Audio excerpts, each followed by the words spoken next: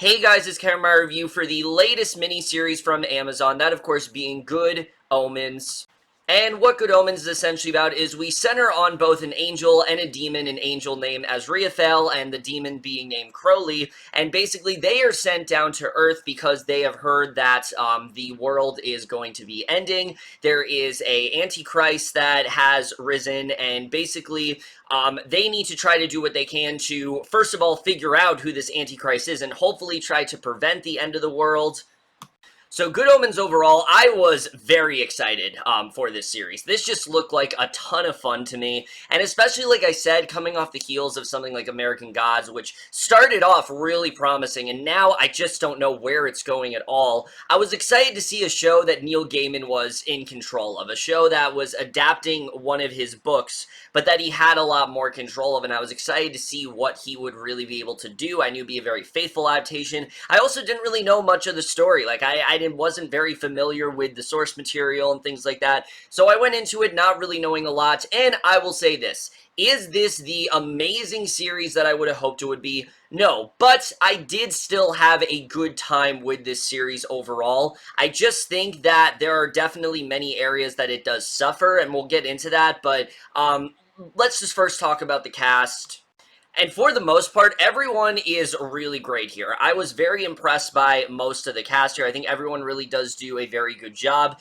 But let's first talk about Michael Sheen as Azrael. So well casted here. I really loved him in this role. This is a character that is just completely on edge almost throughout the entire thing. There are certain things that he very much sticks by. He's a man of morals and things like that, and I just thought he was a lot of fun here. He goes into some directions that you really may not expect, but I thought he did such a great job here. I really loved him in this role. He was really fun to watch, but at the same time, he was someone that you really did care about as well. He's very likable, and I thought overall he did a fantastic job here. But for me, easily the star of this entire series is David Tennant as Crowley. And look, David Tennant's an actor where you put him in anything, he's probably going to give it 110%. But I have to say, the levels of dedication and the levels of fun he put into this role absolutely stunned me. This is easily one of his best performances yet. Crowley is someone who, he is definitely, you know, more on the bad side of things, but he also is a lot more pragmatic when it comes to the way he handles things compared to that of Azrael, and I thought he was just great here. I don't think there is anyone in this cast, you know, the whole cast is having a lot of fun, but I don't think anyone is having as much fun and putting in as much effort into their role as Tennant did here. He is so fun to watch. Crowley is someone who, yes, he definitely does, like I said, lean more into the bad side of things, but he also is obsessed with Queen, and he also, you know, loves to drive this car and things like that. And he's just a lot of fun to watch, and I have to say, this entire series really is benefited from the chemistry that Sheen and Tennant have. These two have such a natural chemistry to them. You really do buy into it. You see how these two really do care about each other, and how even though they're supposed to dislike each other, they still do care for each other, and I think overall, they just did a really great job. They work so well together. And Sheen's much more sort of not necessarily dim-witted, but very sort of shy, bashful demeanor really really works well in conjunction with, I would say, Tennant's much more not give a fuck sort of approach, his very rough and just fun demeanor, and I thought those two work so well together, and easily they are the best thing about this series without any doubt. Now, the rest of the cast I do think is really good. Adria, Arjona, for example, as the character of Anathema, I thought she definitely did a very good job. Jack Whitehall was very good here. Michael McKean, let me just say, I've always really loved him in Better Call Saul, but you've never quite seen him like this before, and I thought he was just great. I love Miranda Richardson here as well. She was definitely a lot of fun. John Hamm, of course, is really great. Frances McDormand plays God as this, plays the narrator, and she voices God in the show, and I thought she definitely did a really good job. They definitely picked the right person to narrate the show for sure. The only actors that didn't work for me were all of the child actors. I just did not think they were really all that great. Sam Taylor Buck was very on and off for me. There were moments where I thought he worked quite well. Any moment when He's trying to be just a normal kid. He does work quite well, but anytime he tries to channel darkness, it's just not very believable, and I just did not think he did that great of a job. But for the most part, the rest of the cast does work pretty well together, and again, you can tell everyone really is having fun with this series overall.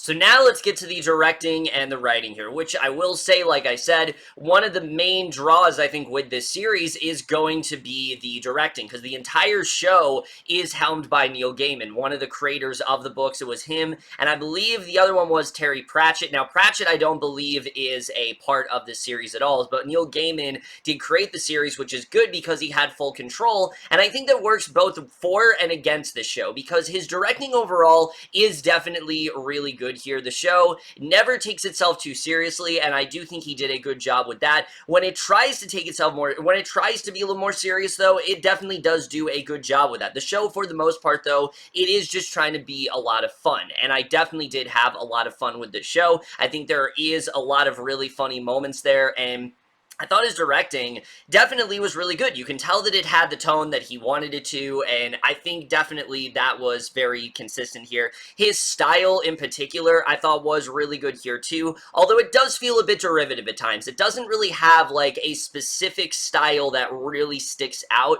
but I do think overall it was pretty good. So I was impressed by his directing. The writing is where we start to get into some of my more problematic issues with this show, because like I said, anytime we're focusing on Aziraphale and Crowley, it's great. It is absolutely fantastic. It tells a really great story because these two are, again, they're supposed to be working against each other.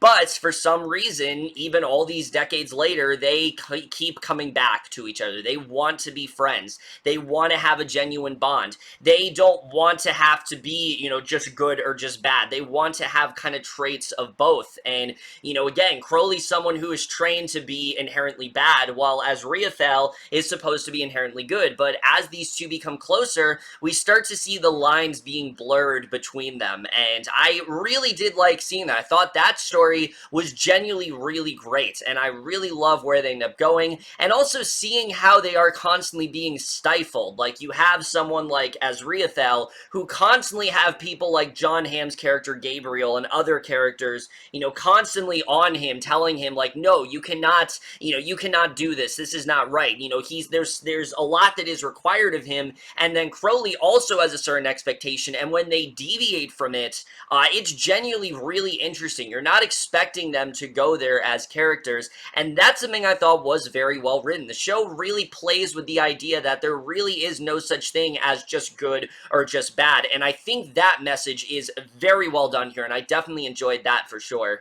I also do think they do a good job developing the character of Anathema. This is someone who is a direct descendant of someone named Agnes Nutter. She was this witch in the 18th century, and so because of that, her entire life, people have told her to stick by this specific sort of, you know, this specific sort of story. She's supposed to go in this direction, and again, if she deviates from it, there's something wrong with that. And seeing where the character goes, I thought also was really well done, and I thought they did a good job with her character, and bringing in the character of Newton as well, and I thought he also was really great. I thought those characters were definitely really good. I thought they were well fleshed out, and I liked where they ended up going with them overall, even though I will say there is one aspect of their plot line. It's not so much their characters, but where the two of them end up going, that felt a little bit forced to me. I don't really know if it worked in 6 episodes. I think they need a little more time to flesh that out overall.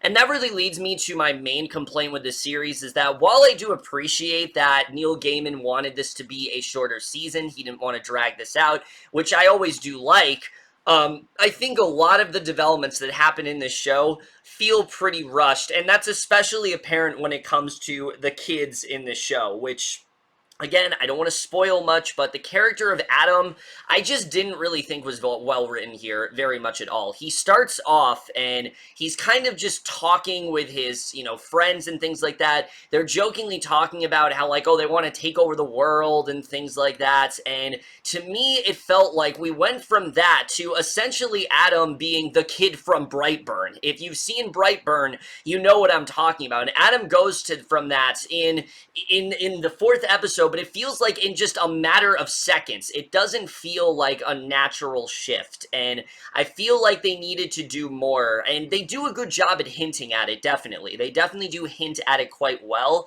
but I feel like as a character, he just didn't really feel like one. He felt much more like a plot device, and that was disappointing. And again, Sam Taylor Buck, like I said, his acting is definitely not that great, but I feel like they could have elevated it with the character, and as a character, he just leaves a lot to be desired. His friends also, they all pretty much felt the same to me. They're just not many of them really did stick out. They try to give them more, like his female friend is far more assertive and things like that. He has this other friend that seems to be kind of nerdy, but they just didn't stick out as much as I think they could to me, and I feel like they could have fleshed them out a lot more than they did. And that's not the only, complaint I have with the show. The other big complaint is the narration, which, yes, I get it. Neil Gaiman wanted to make this as faithful as possible, but there are certain things that work in a book that just don't translate very well, and we very much see that here. There are moments throughout this show that are explained to us, and I understand that there is a lot of mythology. This is years of history, especially when it comes to, descendants of, say, Anathema or what Azrael and Crowley have been through, but I think there's an overabundance of it, especially in the first two episodes. It's a lot, and it does get a little tiring after a while. I did think Frances McDormand played her part pretty well here, and there is some genuine, really great satire. You see that this is a god that is kind of disgruntled with the world. She will often poke fun at certain things that are going on. I thought they did a good job with that overall, but I do think there was a little bit too much narration, and the first episode especially, I just thought there was too much of it, and it just did not really work for me that well. And I just think if they would, and again, I understand why the narration was there, but sometimes it just felt like they were dumbing it down for us. And again, in a book, it's necessary because you need to describe the world, but in a show, you don't really need it as much, and I felt like the show was a little too reliant on the narration, and I know Frances McDormand's a very talented actress, but it felt like Neil Gaiman just loved Frances McDormand so much that he wanted to use her as much as possible, and a lot of the time it just didn't really need to be here, and a lot of the time it felt like we could have easily been able to tell what's going on. We didn't need Frances McDormand to explain it to us, but because she did, some of the mythology, it just felt a little bit lesser than it should have been.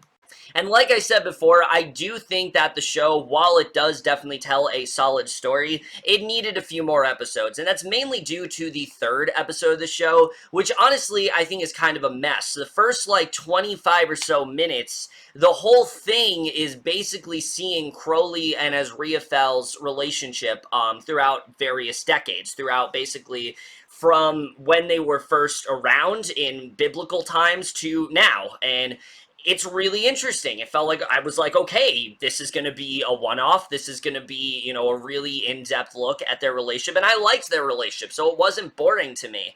The problem I had with it is halfway through that episode, we have to get back into the main story, and I felt like that could have been its own episode. Like, they could have easily kept that going for an entire episode, and I honestly would not have gotten tired of it. I definitely think it did work well here, but once you have that second half, it doesn't belong at all. It doesn't work as one episode, and I feel like he should have done at least 2 more episodes to fully flesh everything out, because then Adam's turn towards darkness would not feel as rushed as it really did, and like I said, certain plot elements would not feel as rushed. And again, that's really my main problem with the series, that I just think a few things are a little too rushed. The show does have really good, I think, messages, though, like I said, of you know, they're not being good or evil in the world, and they're being a medium and things like that. I think they do a good job of that. And also the idea of creating your own destiny. Don't let anyone tell you what you need to be. Create the destiny that you want. And I think those messages are really good,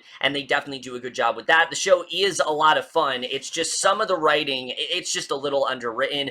The cinematography, I have to say, is also a pretty big complaint here. It leaves a lot to be desired. Now, the world itself is very well fleshed out. When we go to heaven or hell, the contrast between the two, it's great. Heaven, everything is all bright. It's all like, it has like this white filter across it. There's like just, there's not a scene that goes by without some sort of hue of white, and I thought they did a good job with that. And when you get to hell, everything's all dark and gray, and that contrast was definitely really good. They put a lot of thought into that. That's not my problem at all. It's the CGI. The CGI is just not good here. I don't know if they were working with a very low budget, but if they were, it shows. It really does, because there's just a lot of the effects here just do not look very good. Anytime a creature or something like that shows up, it just doesn't look real. It feels very cheap. It feels like something you'd see on, say, like BBC America or, you know, Sci-Fi. It just does not look very good. It doesn't look tangible. Thankfully, it's not the entire show, but anytime the show tries to use actual CGI, it just does not look very good, and I don't think they did a very good job with that. The world building itself, though, is really good, and that's something that I did think was quite impressive. It's mainly just the CGI that didn't work for me. The score, I will say, though, I fucking loved. I think it's so imaginative, and it really brings you into this fantastical world. I love the intro as well. It's it's one that really gets you intrigued and things like that, and I just really liked the score here. And the editing, like I said, these episodes, they needed more. 6 episodes is not a lot, and you definitely do see that here. Now, this isn't a Game of Thrones sort of thing, where it's like, they only have 6 episodes and there's all this stuff to do. No, I just think they needed 2 more episodes to fully flesh things out, so Adam's turn towards darkness would not feel as quickly as it does, and certain other elements of the show. Also, where the show goes in its finale, without spoiling anything, some people I do think are going to be a little bit disappointed. However, I actually really liked where it ended up going. It's much more character-driven than you are expecting, but I really did appreciate it. I think they wrapped up enough to where they don't need a second season, but they did set things up where if they wanted to do one, I do think it could work. But overall, I thought the ending was pretty solid, and I do think they did a good job with it for the most part. But overall, I will say I had a good time with this series. This is not at all a series that let me down. It's just I think there are more things that they could have delved into. Like I said, the stuff that I like does outweigh the stuff I didn't like. The relationship between Azrael and Crowley is great. I love their friendship. I love where it ends up going. I think Tennant and Sheen are fucking aces. They work so well together. All of that stuff is fantastic. The stuff with Anathema and the character of Newton, I thought they were definitely really good. Even if the direction their characters go in are not really that great, it's really just Adam. It's everything that goes on with that character. It just didn't really work as well. And the narration, it does definitely get a bit obnoxious at times. But overall, this is still a very enjoyable series. I definitely do like the fact that Neil Gaiman was in full control of this, that nobody really was keeping him from doing anything, and I definitely do applaud that for sure. There are so many things we see that have these properties, and, you know, studios get in the way, or there are other people overseeing it that shouldn't, and it's really cool to see the creator of a series be able to be the creator of the adaptation of said series, and I think that's just really cool overall, and that's something that I definitely really do like about the series for sure. I do think this one is very enjoyable. It definitely could have been better, but what we have here I enjoyed quite a lot, and I am going to give Good Omens overall a B. So overall, guys, this is my review of Good Omens. Let me know what you guys thought of this limited series overall. Left your thoughts in it. Like I said, Amazon is really killing it this summer. There's so much that's coming out, and this is definitely one that I think you will have a good time with. I don't think it's a must-see or anything. Like the one I reviewed before, When They See Us, that one is a must-see. This is more of check it out, see if you like it. I think it's a lot of fun, but it's not one that you need to rush out and, like, you know, binge immediately. But overall, I definitely do think if you check it out, you'll have a good time with it. But that's it for my review. Hope you guys enjoyed. We'll see you guys in my next video, and I will see you guys for that. Okay, bye.